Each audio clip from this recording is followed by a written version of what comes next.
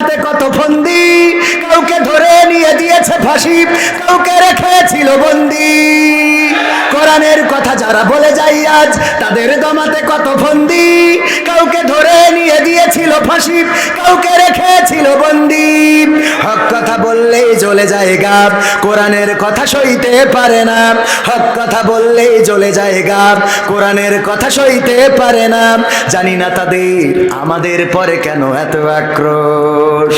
Jail জুলুম হলেও হবে, জেল জুলুম হলেও হবে, বিবেকের কাছে তবু রব নির্দোষ। আমার রবের কাছে রব নির্দোষ, মহান প্রভুর কাছে রব নির্দোষ। কোরআনের সাথে যারা করবে দ্বন্দ্ব, তাদের সাথে কবু হবে না। কোরআনের কথায় আজ বলতে গেলে আসছে বাধা কত ভাবে, কোরআন প্রেমিকরা হাতে রেখে হাত সামনে এগিয়ে যাবে। দিনের কথায় আজ বলতে গেলে আসছে বাধা কত ভাবে, কোরআন প্রেমিকেরা হাতে রেখে হাত সামনে এগিয়ে যাবে। হক কথা বলতে করি না কো ভয়, জীবনের বিনিময়ে আনবো বিজয়। হক কথা বলতে করি না কো ভয়, জীবনের বিনিময়ে আনবো বিজয়। বুকে আছে শক্তি, অন্তরে আছে সাহস। সাহস আছে। জেল জুলুম হলেও হবে, জেল জুলুম হলেও হবে, বিবেকের কাছে তবু রব নির্দোষ। আমার রবের কাছে রব নির্দোষ, মহান প্রভুর কাছে রব নির্দোষ। কোরআনের সাথে যারা করবে দ্বন্দ্ব, তাদের সাথে কবু হবে না। আপোষ কি করা যাবে? না, আপোষ করব না। যদি জামাতের নেতা কোরআনের বিপক্ষে বলে, তার বিরুদ্ধে দাঁড়ানোর দরকার আছে না নাই?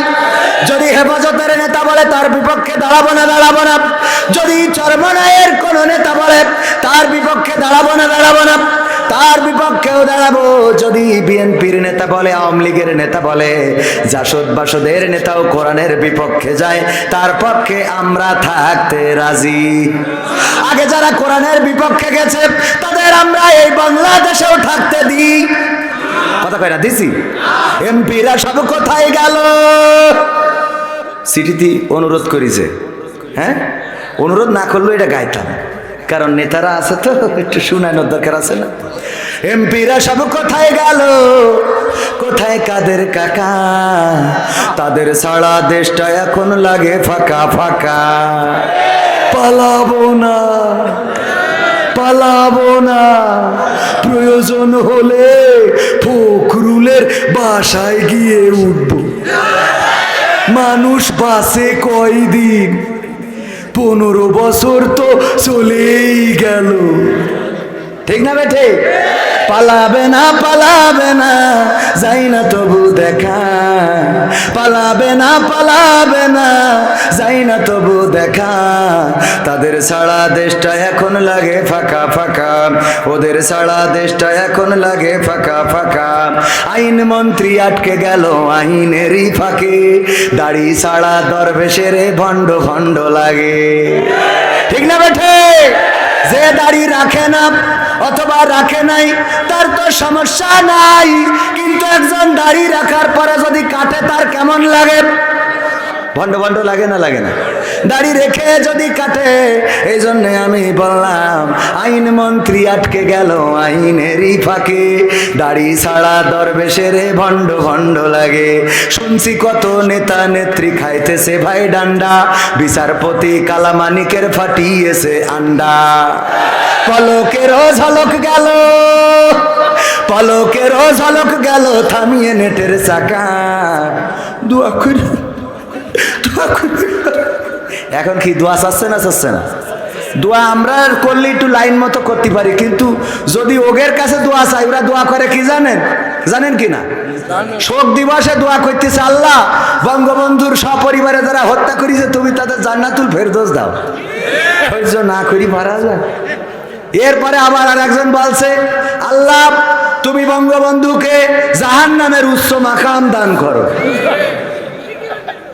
সহ্য না করি পারবেন কি করে? আমি কই আমাদের খোঁজেন, আমাদের ডাকেন, কোন লাইনে দোয়া করতে হয় করি দেব। ঠিক না বে? ঠিক। আমরা সে দোয়া পারি না, পারি না? পারি মানে কি, একজন ওয়াজ করতেছে তো সব আওয়ামী লীগের বিরুদ্ধে, তো নেতা ছিল একজন, উনি খেপে গেছে, বলছে আপনি সব আওয়ামী লীগের বিরুদ্ধে, হাসিনার বিরুদ্ধে কথা বলেন, আপনার এই বলার জন্য নিয়ে আইছি। তা বলছে অসুবিধা নেই, মোনাজাতের সময় ঠিক করি দেবানে। তা বলছে মোনাজাতের সময় তাহলে একটু ধৈর্য মোনাজাত করে দিয়েন। তো হুজুর মোনাজাত কাছে, রব্বানা আতিনা ফিদ দুনিয়া হাসিনা ওয়া ফিল আখিরাতি হাসিনা ওয়া কিনা আযাবান নার। বলছে যাক হুজুর, তা তো আরবিতেই হাসিনার নাম ধরে দোয়া করে দিলেন। সহ্য না করি পারবেন কি করি, এ আরবিতে বললেও মনে করে যে খুব ভালো কথা বলিয়েছে, কারণ তো জানা থাকা লাগবে, ঠিক না বেঠি? ইন্টারভিউ নাই মসজিদের ইমাম সাহেবের, সভাপতি সাহেব জীবনে আলিফ বা তাও যদি পাশায় বোমও ধরেন তাও পড়তে পারবে না। বলে সূরা ফাতিহাটা তেলাওয়াত করেন, তেলাওয়াত করলে আরে বাবা খুব ভাব নিয়ে শুনি খায় হয়েছে, তবে ওই যে আরেকটুকুন ওই যে তেমাত নাই একটা টান দিলি ভালো হইতো, তেমাত নাই একটা টান দিলি ভালো হইতো। বোঝা গেছ তো? এরকম আল্লাহর ওলি আছে না নাই?